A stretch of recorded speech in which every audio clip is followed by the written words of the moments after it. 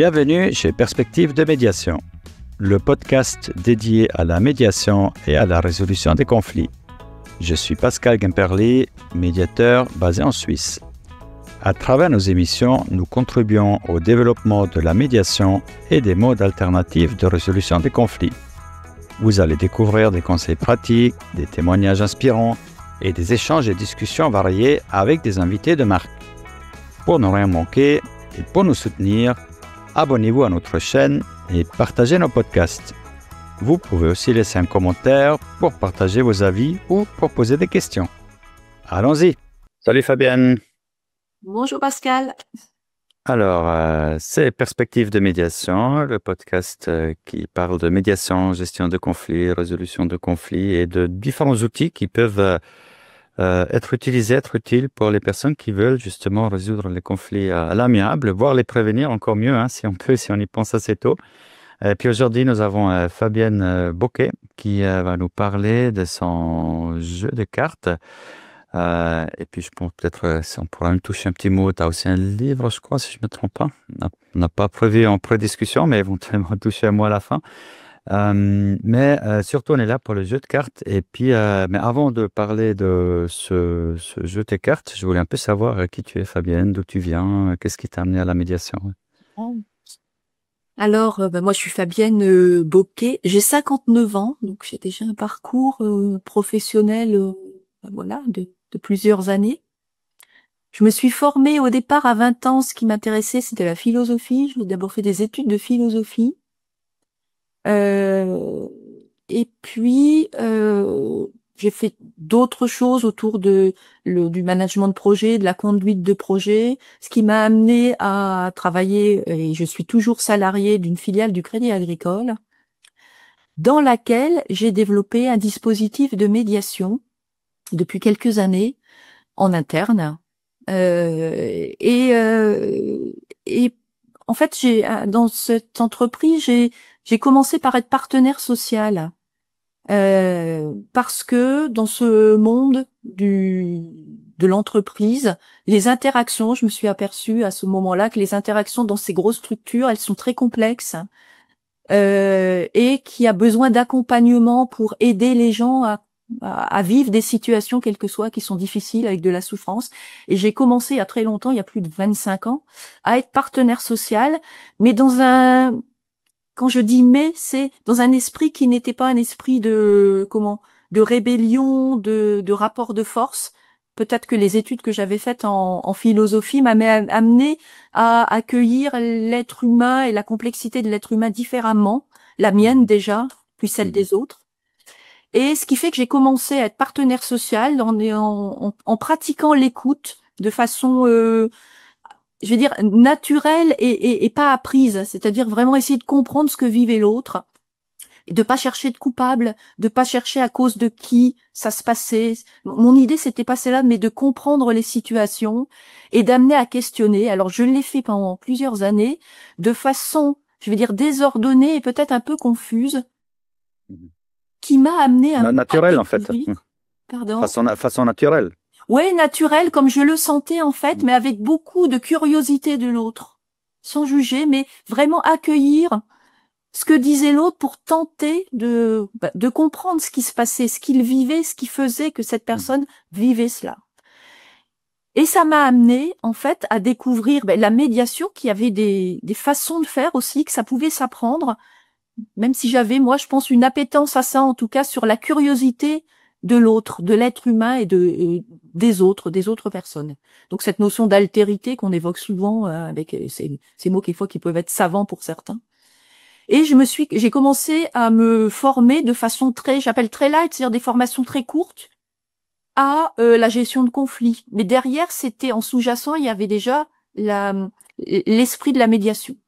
Et puis ça a été une grande découverte pour moi et une grande révélation, la médiation, quand j'ai commencé à découvrir en fait ces approches, ce qui m'a amené à me former, je veux dire, sérieusement et longuement à plein de formations de médiation interpersonnelle, formation donc de certification d'abord, de médiateur des organisations, après un diplôme universitaire de médiateur du travail, ensuite j'ai fait de la médiation dans le collectif du travail. Et tout ça, ça a nourri l'approche en fait. Hein. L'une ne remplace pas l'autre. Je me suis formée aussi à l'approche systémique coopérative avec François Balta. Et ça a été encore plus une révélation sur une autre façon d'aborder par la complexité. Hein. Justement, on est sur une approche de paradoxale et de la complexité, l'approche systémique. Et ça a été encore une nouvelle révélation. Et tout ça a nourri mes approches multiples au fil des années. Et j'ai mis en place donc un dispositif de médiation dans l'entreprise dans laquelle je suis. C'est une filiale du Crédit Agricole qui a été ouverte, qui avait la maturité au moment où on l'a fait pour proposer de la médiation en interne et de la poser. Quand on parle de médiation interne, c'est le dispositif qui est interne. C'est-à-dire que c'est un dispositif qui est connu de tous, sur lequel on communique, qui est posé dans l'organigramme, qui est rattaché au secrétariat général de l'entreprise. Donc on en parle. Hein. C'est quelque chose qui existe réellement pour tous. Et on a mis ce dispositif en place en 2020. Alors que les premières médiations que j'ai faites dans mon entreprise, c'était il y a 10 ans. Je les ai faites vers 2014-2015. Mais sans dispositif interne. Hein. C'était à la demande de la direction des ressources humaines qui disait on est face à une situation, on sait plus vraiment comment faire. Moi, en tant que médiateur, est-ce que tu penses voilà, que c'est possible? Ouais. Et de cette là, je la suggérais aux personnes, je la proposais, je la présentais pour recueillir le consentement éclairé, etc. C'est si fait petit à petit. Le rattachement auprès du secrétariat général, c'était une réflexion, c'était spécialement fait comme ça, ou on pourrait se dire aussi au RH ou ailleurs, ou est-ce que ça a été une réflexion et une ouverture, moi, que j'ai proposée. Il me semblait que rattaché à la RH, c'est très confusant pour les personnes. La DRH, c'est aussi la direction qui a un pouvoir de sanction, qui peut licencier, qui va arbitrer sur des choses. Et de ce fait-là, y mettre aussi la médiation, qui est une approche beaucoup plus ouverte, où on ne juge pas, où on est dans une approche très très différente. C'est très confusant pour les êtres humains qui sont dans l'entreprise. Donc pour moi, c'était pas une bonne idée de la mettre à cet endroit-là. Et j'ai proposé que ce soit au secrétariat général à un niveau au-dessus, qui me paraissait plus approprié, plus en adéquation avec l'esprit. Si je comprends bien, à la fois c'est plus neutre et puis ça donne plus de visibilité, plus de... Oui, tout à fait. Oui, ça me semblait une bonne solution et ça a été aussi accueilli de cette façon-là. Voilà. Okay. Et de cette là, ça s'est fait comme ça en 2020. 2020, c'était. Okay.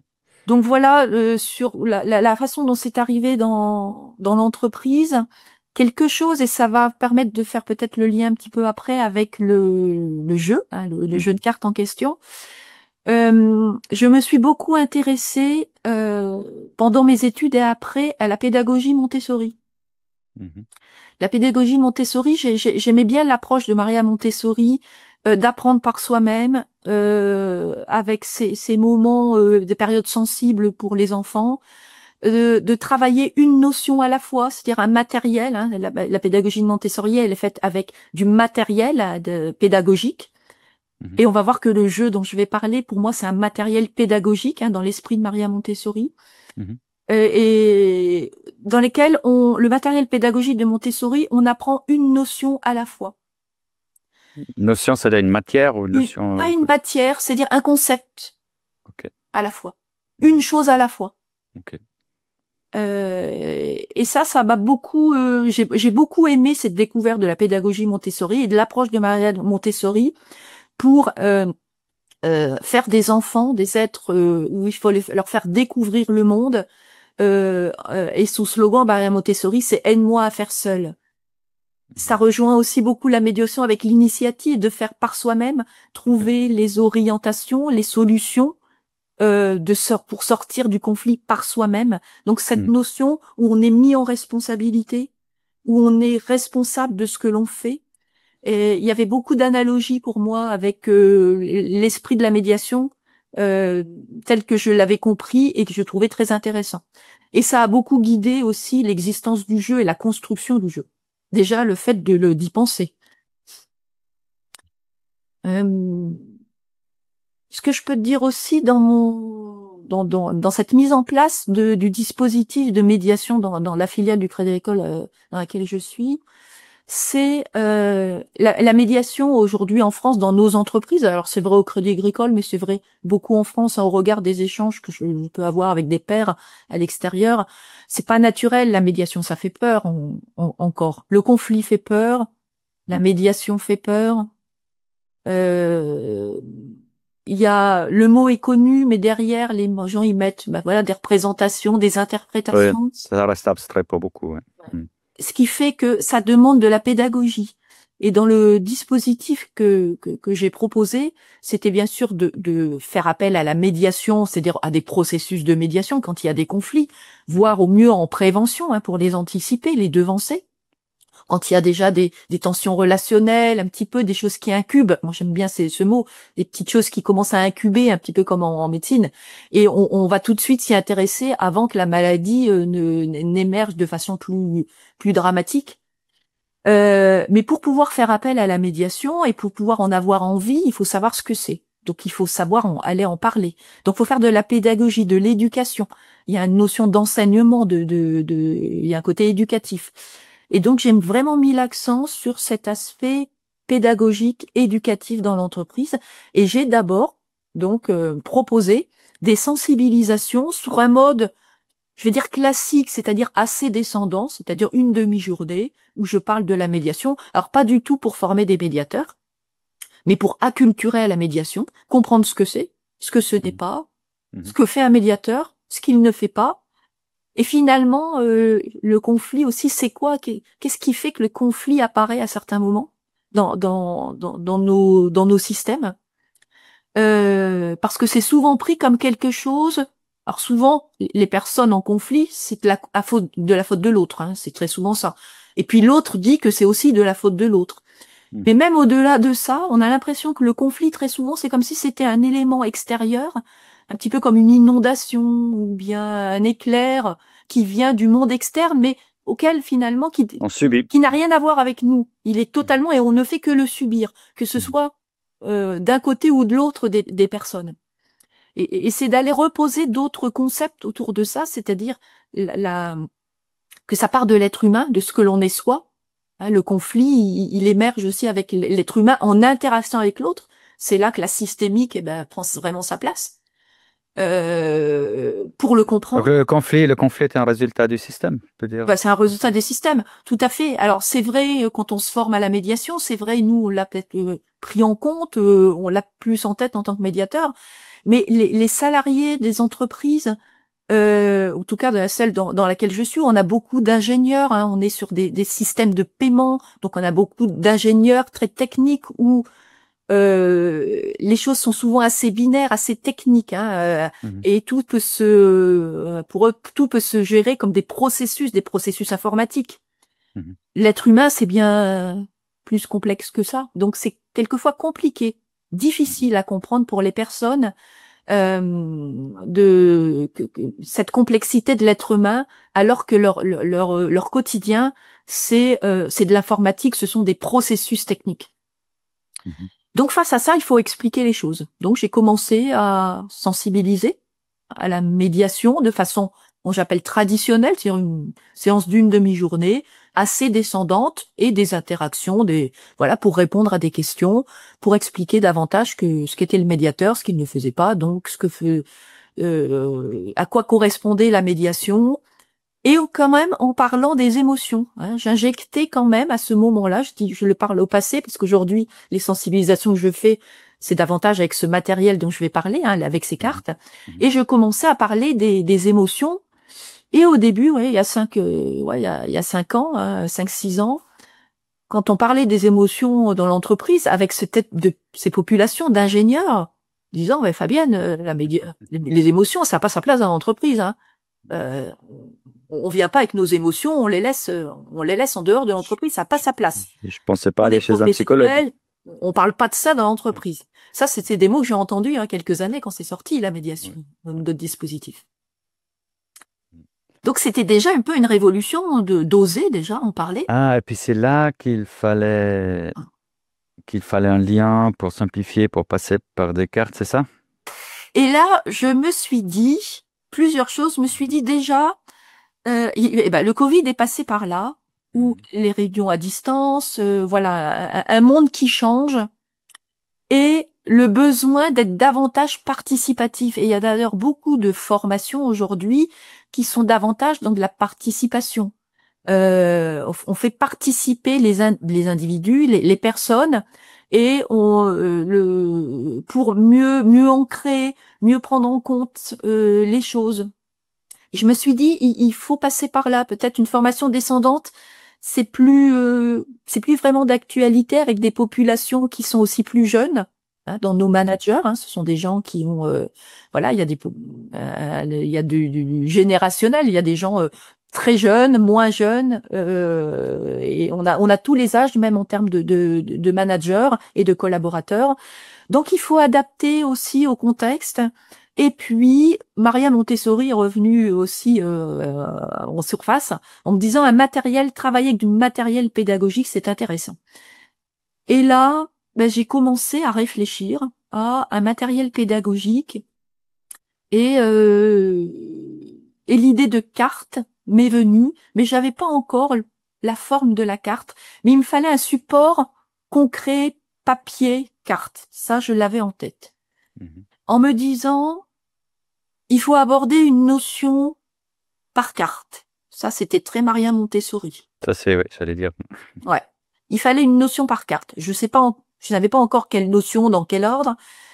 Mais c'est vraiment parti d'un panorama général, et après je suis descendue dans du détail en fait. Hein. Je l'ai fait en mode large et détail. Et puis m'est venue la forme de la carte. La forme, c'est un hexagone avec les parties plates en haut et en bas. Je me suis dit, l'hexagone, c'est intéressant parce qu'il y a plein de côtés. Ça veut dire qu'on peut les ajuster de plusieurs côtés, les unes par rapport aux autres. Ça permet d'avoir plusieurs possibilités. Et ces possibilités, il n'y en a pas une qui sera mieux que l'autre. Il n'y en a pas une qui sera bonne et une autre fausse. On va sortir de ce schéma éducatif aussi dans lequel on a pu grandir, où il y a toujours des résultats, une correction. Il y a ce qui est vrai, il y a ce qui est et après, quand c'est vrai, finalement, on peut pas avoir du vrai et du faux à la fois. Et là, ce que je voulais apporter, c'est justement le fait que il n'y a pas de résultat. On peut poser des cartes autour de cet hexagone. D'une première carte en forme d'hexagone, on en pose une autre à côté, et puis une autre à côté, et à tout moment, on peut les changer de place, parce qu'on pense que ça s'ajuste mieux comme ça. Et c'est OK. Parce que les cartes se mettent ensemble. Alors, l'idée du jeu, donc, c'est un matériel, donc, pédagogique, qui s'appelle le jeu. D'abord, le jeu J-E, et le U est entre parenthèses. J'ai fait un jeu de mots aussi avec dans le titre, hein, le jeu U, donc sérieux, hein, avec le clin d'œil au Serious Game. Il s'appelle donc le jeu entre parenthèses U, sérieux, de la médiation au travail. Et l'idée, c'était vraiment de parler de la médiation dans le contexte du travail et de faire le lien avec les émotions, c'est très émotion, voilà. Avec les valeurs, avec les croyances de chacun, avec ce qu'est l'individu, pour amener à un moment à parler de la médiation, de ce qu'elle est, de la déontologie de la médiation, et de faire le lien avec les sujets, les préoccupations des politiques sociales d'entreprise, qui sont la responsabilité sociale de l'entreprise, donc la RSE, la qualité de vie des conditions de travail, la prévention des risques psychosociaux, dans lesquels on va trouver les allégations de harcèlement, hein, on va trouver l'identité professionnelle, et de pouvoir faire le lien avec tous ces sujets propres à l'entreprise, dont les entreprises ont à s'emparer et à y faire des choses, en tout cas, prévenir les risques psychosociaux, c'est une obligation de l'employeur aujourd'hui. Oui, et c'était d'amener à ça, petit à petit, au fil des cartes, pour comprendre comment la médiation trouve sa place pour répondre aux politiques sociales d'entreprise et à tous ces sujets, mais en partant de l'individu. Et voilà ce qui a amené ce jeu sérieux de la médiation au travail, à travers donc 48 cartes, 48 hexagones. Donc pour les gens qui nous écoutent et qui sont peut-être sur YouTube ou maintenant aussi sur Spotify, il y a la vidéo. Donc là, je suis en mode partage. Donc là, on voit quelques exemples que tu m'as envoyés, Fabienne. Ouais. Quelques exemples de cartes. Donc c'est recto verso, je crois. C'est ça. Donc en fait, c'est donc un hexagone sur lequel comme vous pouvez voir, au recto, on va avoir un titre ou une accroche, ou les deux, avec un visuel qui a été fait sur mesure pour illustrer la carte. Et au verso, on a un petit texte qui peut être une définition, qui peut être un exemple, en tout cas, qui va permettre de comprendre de quoi on parle, donc cette notion unique, dans un mode pédagogie Montessori, une notion à la fois. Donc, et il y a 48 cartes qui sont faites sur ce format-là, avec un recto, avec une illustration, et un verso avec un petit texte. Et les 48, est-ce que chaque carte est individuelle ou il y a des sortes de catégories, de rubriques ou chaque carte? Alors oui, ouais, tout à fait. Il y a 48 cartes. Mais l'idée c'est de les, en fait, quand on travaille dans cet atelier, parce que ces cartes, elles sont utilisées, c'est pas un jeu de cartes qu'on peut utiliser en jeu de société, c'est pas l'idée. C'est un support pédagogique pour un atelier coopératif, ludique et apprenant, participatif. Donc, l'idée c'est d'utiliser ce jeu avec un médiateur qui l'anime pour des participants autour d'une table. Et ce jeu, donc on donne un lot de cartes et il est classé en 6 séquences en fait ce jeu. Il y a 48 cartes en 6 séquences de 8 cartes, 6 x 8, ça fait 48. Ah, on commence par les premières 8 ensuite. Ah, d'accord. C'est ça. Ouais. Et donc il y a 6 séquences. La première séquence de 8 cartes, on donne les cartes, donc elles sont, il y a des lots qui sont identifiés, que j'ai identifiés, et on donne les 8 cartes aux participants. Alors, ce qui est intéressant, c'est de pouvoir avoir un groupe de personnes, avoir 8 personnes, ce qui fait une carte par personne. Elles les prennent au hasard. C'est obligatoire ou idéal? 8. Alors, c'est assez idéal parce que il y a une carte par personne, mais j'ai pu l'animer déjà avec moins de personnes, avec 5, ce qui fait que les 8 cartes, elles se répartissent avec certains en prennent 2. Et puis j'ai pu l'animer aussi avec plus, c'est-à-dire en 16, le double, ce qui fait que les personnes lisent à voix haute, on va voir comment, une carte une fois sur 2. Mais ce qui est pour moi optimum, c'est bien une table avec 8 personnes. Pour les interactions, c'est pas mal comme format. Ouais, ça nombre bien. Ouais. Puis donc ensuite, ici, on voit une petite image, les cartes. Une fois que les cartes sont posées, ça peut donner ce type de représentation, un peu comme une ruche. Et c'est un exemple, parce que les personnes les positionnent ensemble, de façon collective, en fait, comme elles le sentent, et il n'y a pas de bons résultats ou de mauvais résultats. C'est comme on le vit, comme on le sent. Par contre, ça se partage et ça se fait collectivement au sein du groupe. Donc, on commence à animer l'atelier. Donc, tous les 8 sont d'accord où est-ce que le groupe pose la prochaine carte? Oui, se dire, cette carte-là, je la pose à côté de celle-ci, ça vous va? Moi, je le sens comme ça. Et certains disent, moi, je la verrais plutôt là. Ou, oui, c'est vrai, t'as raison avec ce que tu dis. J'avais pas vu comme ça, mais je pense que là, en effet, ça fait bien le lien avec la carte précédente. C'est là que se transforment les conflits. Ouais. Et non, ça donne de l'ouverture, ça donne de l'élargissement dans la vision de la carte qui est lue. Alors souvent, comme chaque carte est lue par une personne, la carte est lue et la personne qui la lit, elle monte, donc elle lit le recto, montre le visuel aux autres, lit le verso à voix haute et intelligible, et se dit, je la pose, j'ai envie de la poser là par rapport à l'autre. Et qu'est-ce que vous en pensez? Et Mhm. certains disent, ah bah moi j'avais pas vu comme ça, ou oui c'est pareil, moi je vois ça comme ça, ok pour moi.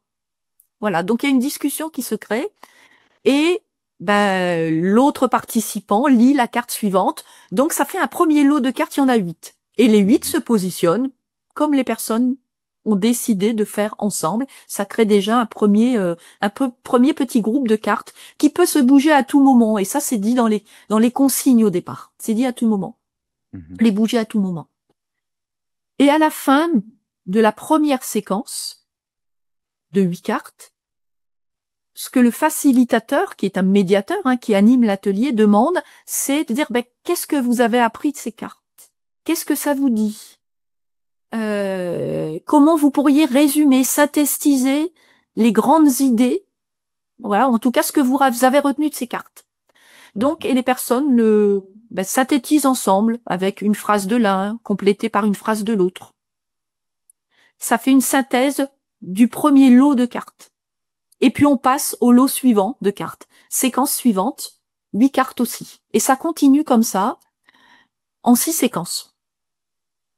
Et petit à petit, en fait, les séquences parlent. La première séquence parle d'abord de l'individu, de ses relations, de la façon dont elle construit. Les individus ont construit leur cadre de référence avec des valeurs, des croyances. Mhm. Ça a construit l'identité, dont l'identité professionnelle, etc. Mhm. Mhm. Ensuite, la séquence 2, on va plutôt parler des émotions. Et des émotions en lien avec le conflit. Et le conflit, ce sera la séquence 3 plutôt. C'est-à-dire que les Et- 3 premières séquences, il y a déjà 24 cartes sur les 48. On n'a pas encore parlé de la médiation ou du médiateur ou du ouais, processus de médiation. ouais, ok. C'est transdisciplinaire en fait. Hein.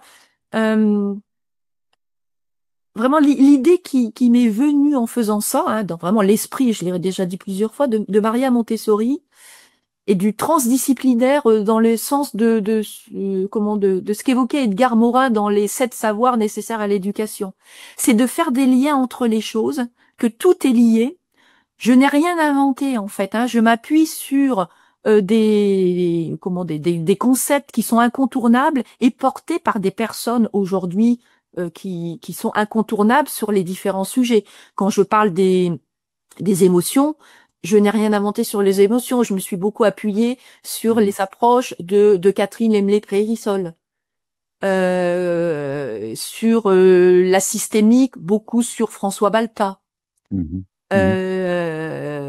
Donc tout est porté par des personnes hein, qui sont des professionnels du sujet, et je n'ai fait qu'aller finalement m'inspirer et aller faire émerger des choses que j'ai mises en relation à travers le jeu, pour bien comprendre que quand on arrive au conflit et puis à expliquer ensuite dans les 3 dernières séquences ce qu'est la médiation, que le conflit c'est déjà être en relation avec l'autre, c'est une façon d'être en relation aussi avec un autre Mhm. individu. Mhm. Voilà. Qu'est-ce que ça dit de chacun des individus en conflit avec l'autre, dans le système donné? Bien Mhm. comprendre que le conflit, il est lié à ce qu'est la personne, ce qu'elle fait dans un contexte, pour le coup, professionnel donné.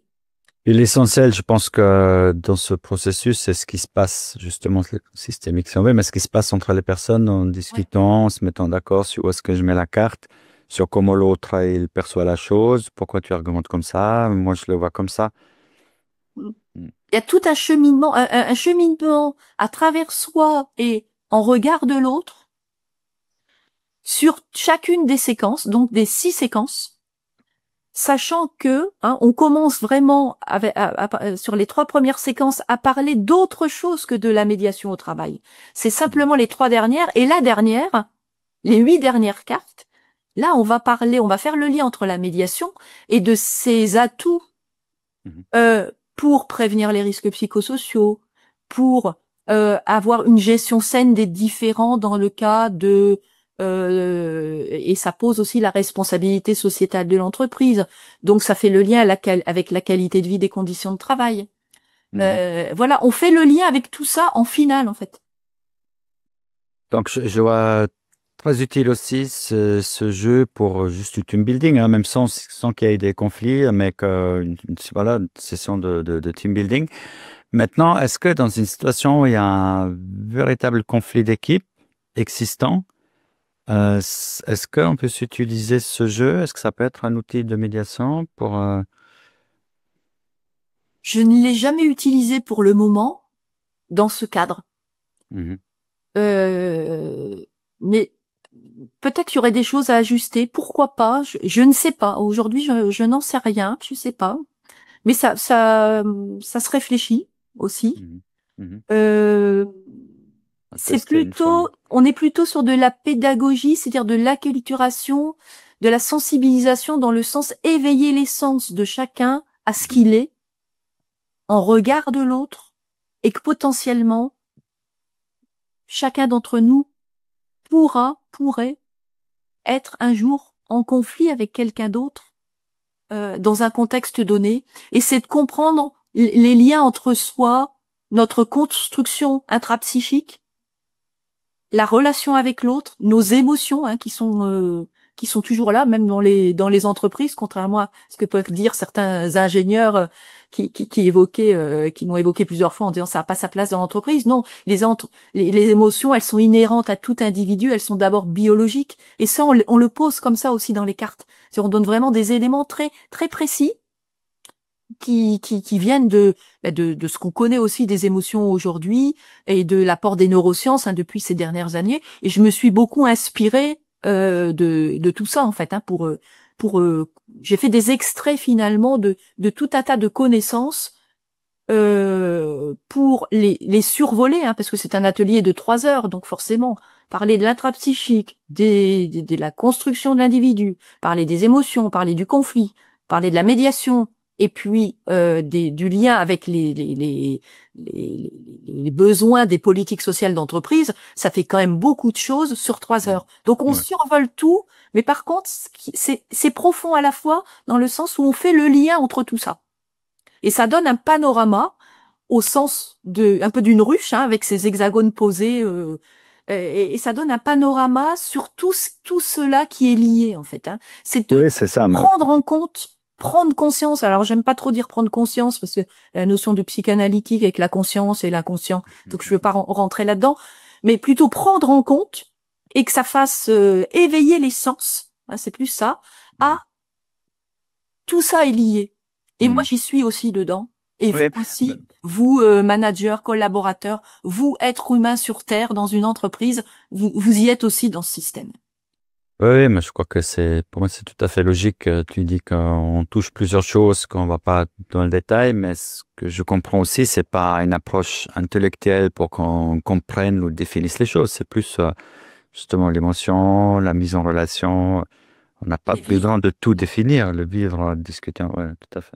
C'est une vraie, en fait, c'est une expérimentation, en fait, hein. Ce jeu, cet atelier participatif est une expérimentation. Et c'est d'ailleurs comme ça que les personnes le vivent en retour, hein, de ce que j'ai pu constater après l'avoir animé.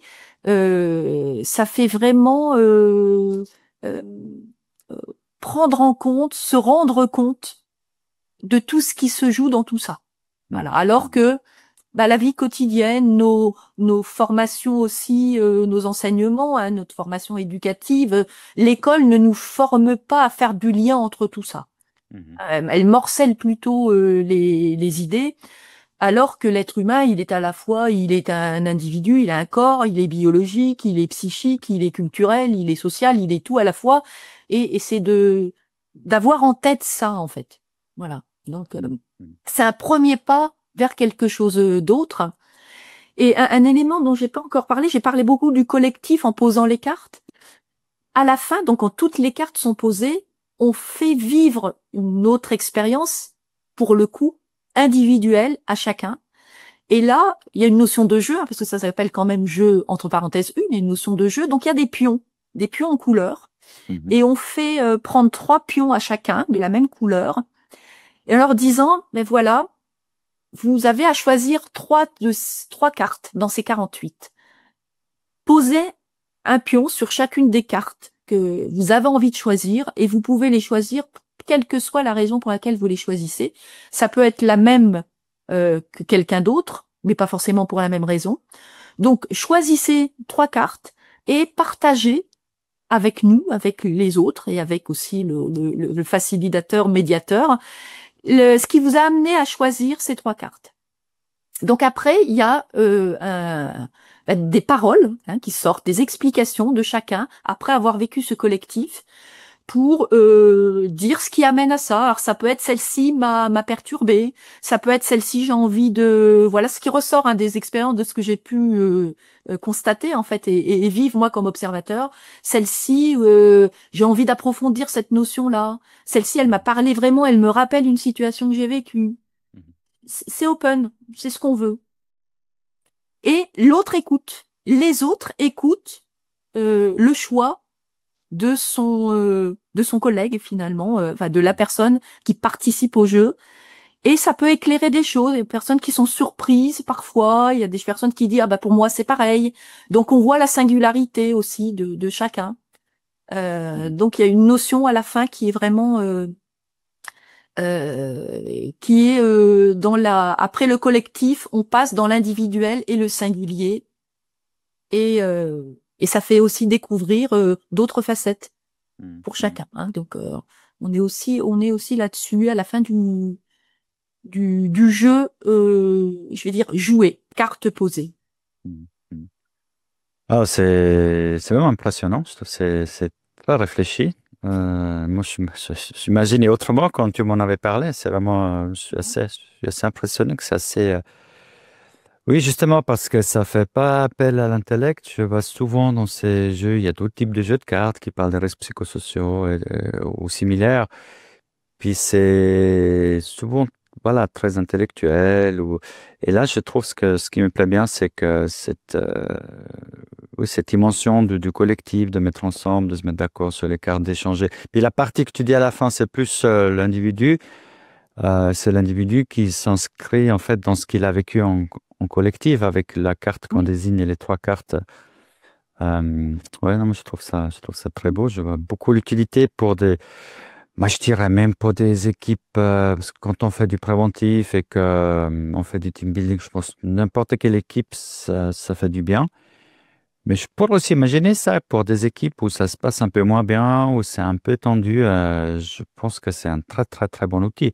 Sans qu'on doive s'y attendre à sortir avec un résultat concret sur une situation donnée pour dire que voilà, on aura un conflit résolu.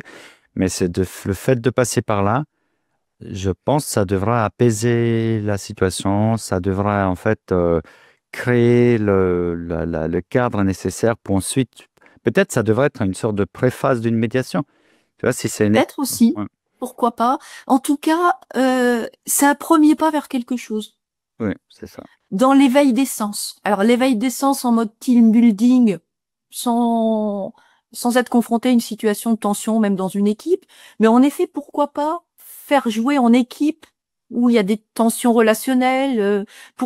Pourquoi pas, en effet. Hein. Pour l'instant, je l'ai jamais pratiqué comme ça, mais pourquoi pas. En tout cas, ça fait cheminer. C'est un premier petit pas vers quelque chose.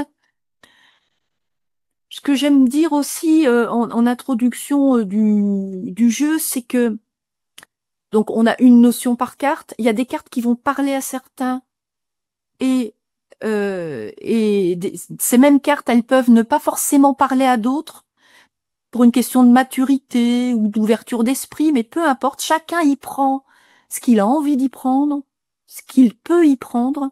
Ça permettra peut-être de cranter à quelque chose de suivant un peu plus tard. Mais toutes les notions, tous les concepts, toutes les idées qui sont posées là, elles existent. Tout ça, ça existe. Et on y prend ce qu'on peut y prendre à l'instant où on le vit. Donc, il y a aussi ça. Il y a aussi ça qui est intéressant. Et à la toute fin, voilà, on aura fait de ce fait-là un peu le tour de piste de l'ensemble du jeu, comment il se déroule en fait. Et à la toute fin, parce qu'on voit qu'il y a ces 6 séquences. À la fin de chacune des séquences de 8 cartes, le groupe résume, synthétise ce qu'il a appris de la séquence. À la fin, on a ces pions qui posent, voilà, en individuel le choix de 3 cartes. Et puis, que je me suis dit quand j'ai construit ce jeu, je me suis dit, ben, il y a quand même tellement de notions, c'est très large, c'est très vaste. Pour arriver dans la vie, dès qu'on fait quelque chose, si on veut retenir, si on veut pouvoir en tirer les meilleurs bénéfices, si on veut aussi progresser, on le sait en sport, on le sait en musique, il faut répéter. Il y a des choses qui se répètent pour pouvoir ancrer. Il faut s'entraîner. Et je me suis dit, à la fin de tout ça, au bout de 2h30, 3 heures, moins le quart à peu près du jeu, ça dure au total, l'atelier dure 3 heures, je me dis, c'est peut-être intéressant d'aller revisiter toutes les notions clés une nouvelle fois, rebalayer tout ça, mais autrement. Et cet autrement, il faut que ce soit court. Et m'est venue l'idée d'une petite vidéo, elle dure 5 minutes, où elle met en image, j'ai repris les visuels des cartes, sans le texte. Quelquefois il y a le texte, je dis sans le texte, mais quelquefois il y a le texte, quelquefois pas. Et on a 5 minutes pour écouter avec une petite vidéo qui rebalaye de façon très synthétique toutes les notions de chacune des séquences en 5 minutes. Donc ça rebalaye toutes les notions clés. Et l'idée, c'est de faire ça à la fin de la C'est séance? tout à la fin, on termine par là. Ok. Ouais, on termine par là. Bien. Bah, maintenant, si quelqu'un se dit comme moi, qui est impressionné, puis qui se dit, bah, super, je vais faire ça pour mon équipe, il y a moyen ou comment ça se passe?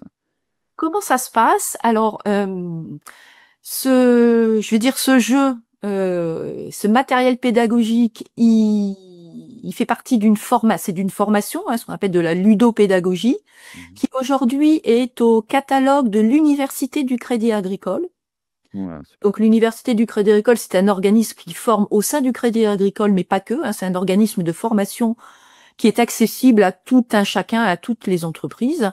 Donc c'est possible de passer par l'Université du Crédit Agricole et le demander. C'est-à-dire que ce jeu, alors il m'appartient, c'est un jeu que j'ai créé, qui m'appartient, mais voilà, je suis salarié aussi du Crédit Agricole et j'ai autorisé et j'anime pour le Crédit Agricole, pour l'université. Je suis une des médiateurs, facilitatrices et animatrices de cet atelier. Avec un collègue aussi qui participe. Il est aussi du Crédit Agricole, mais d'une autre filiale que la mienne, et il est aussi médiateur.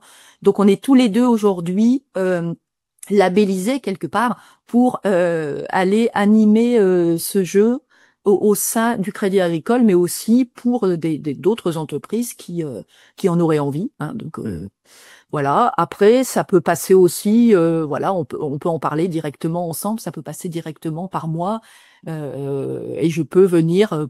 Je le fais aussi, je veux dire, à mon compte pour, voilà, en tant que médiateur et formatrice. Donc, comme je disais, ce jeu, j'en ai déposé la marque aussi. Donc voilà, il m'appartient avec ce titre de jeu entre parenthèses sérieux de la médiation. Travailler. Donc voilà, il y a deux axes possibles. Les entreprises qui ont besoin peut-être d'avoir de prouver quelque part la légitimité, d'avoir un organisme qui est estampillé Calliope avec les organismes avec toutes les certifications de formation qu'on a en France, Calliope. L'université du Crédit Agricole a ce label et Calliope, donc ce qui fait que ça peut aussi rassurer et aussi permettre de répondre aux exigences parfois des entreprises qui doivent passer par des organismes de ce type.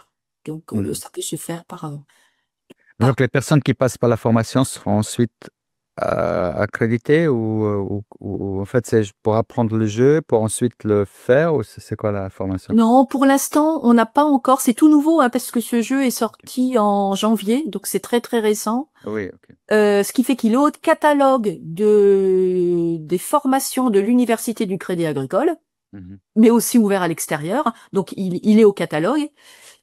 Pour l'instant, nous sommes deux en fait à l'animer pour le compte du Crédit Agricole, moi et mon collègue Hervé. Ok. Voilà. Super. On salue bien. Voilà pour l'instant, mais je pense que c'est dans les projets, mais c'est pas encore mûr. En tout cas, c'est pas encore construit. De Ouais. pouvoir former. Alors, des médiateurs, hein, la base, on a décidé quand même avec mon collègue, c'est le prérequis et la base, c'est d'être déjà formé à la médiation, mais quand on dit une vraie formation de médiateur avec le nombre d'heures qui va bien, il faut que ce soit des médiateurs certifiés, formés avec des diplômes. Et ensuite, il y a des choses que l'on va pouvoir apporter pour former les animateurs, les facilitateurs de l'atelier, pour travailler un peu plus peut-être ces notions d'émotion de façon un petit peu plus avancée, d'approche systémique sur le don, sur l'identité professionnelle et la place que ça a dans l'identification des risques psychosociaux. Voilà, il y a des petites choses à aller, je pense, cranter un peu plus et mais la base c'est d'être médiateur. Donc je pense que ce sera peut-être dans une étape suivante à venir et puis à construire de construire une formation peut-être d'1 ou 2 jours pour pouvoir animer ce matériel pédagogique et cet atelier. Bon, c'est Ça une belle n'existe pas perspective. encore. Ça viendra peut-être. En tout cas, Ah, c'est une belle perspective. Je crois on a fait le tour. En tout cas, c'est très clair et je mettrai aussi les liens vers ce que tu m'indiqueras, vers ton site ou vers le cours à l'Université de Crédit Agricole, même si j'imagine que c'est facile à trouver. Mais est-ce que tu as quelque chose encore à partager, un mot de la fin?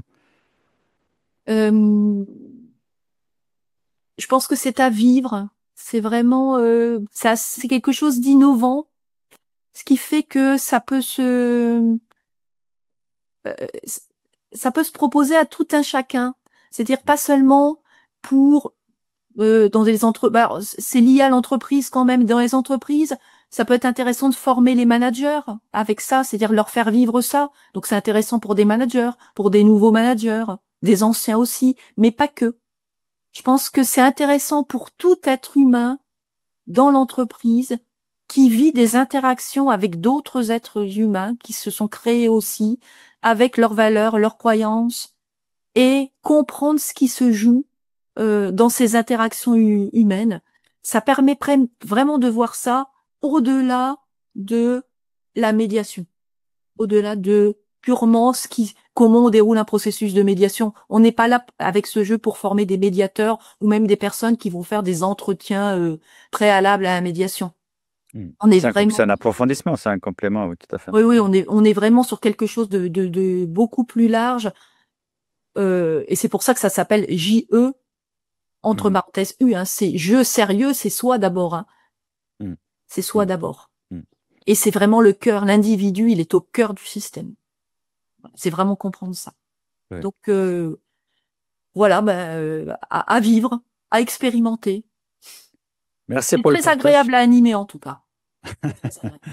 Ah bah c'est bien pensé, donc je pense effectivement, je pensais avant pour l'animateur, ça doit être beau et aussi parce que je dis facile entre guillemets, peut-être un peu, parfois il faut peut-être un peu animer les discussions, j'imagine, Oui, mais c'est assez clair comme processus, c'est à la fois doux, prédéfini, mais comme très souple, c'est ça ce qui me plaît. oui, c'est ça. Je s'appelle c'est léger et profond à la fois parce qu'on parle de choses sérieuses et puis qui ont une vraie valeur, une vraie existence et de façon abordable, facile, simple à la fois. Et le résultat, il est ouvert comme il se doit pour une approche qui sort de la médiation. En fait, cette ruche, on ne sait pas comment elle sera composée. Donc, le résultat est ouvert. Et c'est OK. Mm. Quelle que soit la forme de la ruche, quelquefois elle est plus, par rapport à l'exemple, enfin ce qui est affiché là, quelquefois elle est plus concentrée, quelquefois elle est plus étendue. Et d'ailleurs, c'est pour ça que sur la table, on est autour d'une table hein, quand on anime cet atelier, je mets une nappe qui est très grande parce que les personnes posent les cartes et à un moment, elles ont envie de les poser, mais c'est au bord de la table alors qu'il y a de la place en dessous, ce qui fait on revisite l'espace et le périmètre en tirant la nappe en bas, en haut, à gauche, à droite. C'est-à-dire qu'on on revisite le positionnement en repositionnant cette nappe. On le pose pas directement sur la table. On a un espace, et ça aussi, c'est très montessorien. J'imagine que tu n'as pas encore eu une forme de cœur comme résultat. Non. J'ai pas lu ça encore. Ça viendra dessus, penser comme ça, ça sera assez rigolo. Et ce que je pourrais dire, peut-être pour conclure, j'adore les citations. C'est peut-être parce que j'ai fait des études de philo, je sais pas. J'adore les textes, j'adore les auteurs. Et c'est une phrase qui est à la fin de la vidéo, justement, qui est de quelqu'un qui est dans la complexité, qui est dans la systémie, qui est Edgar Morin, qui a été aussi très important pour moi dans les lectures, et dans ce jeu, il y a aussi Edgar Morin derrière, avec tout ce qu'il a pu écrire dans différentes approches, surtout d'enseignement. Et pour terminer, je dirais bien cette phrase qui clôt aussi la vidéo. Il dit dans un de ses livres: si nous savons comprendre avant de condamner, nous serons sur la voie de l'humanisation des relations humaines. Et j'aime bien conclure avec ça, et conclure aussi l'atelier du jeu sérieux de la médiation avec cette phrase. Savoir comprendre, apprendre à comprendre. Effectivement, il n'y a rien à rajouter à cette phrase du grand Edgar Morin. Du grand Edgar Morin. Donc, je te remercie, Fabienne, pour cet échange très Merci, Pascal. J'ai beaucoup apprécié. Merci. À bientôt. Merci. À bientôt. Pour ne rien manquer et pour nous soutenir, abonnez-vous à notre chaîne et partagez nos podcasts.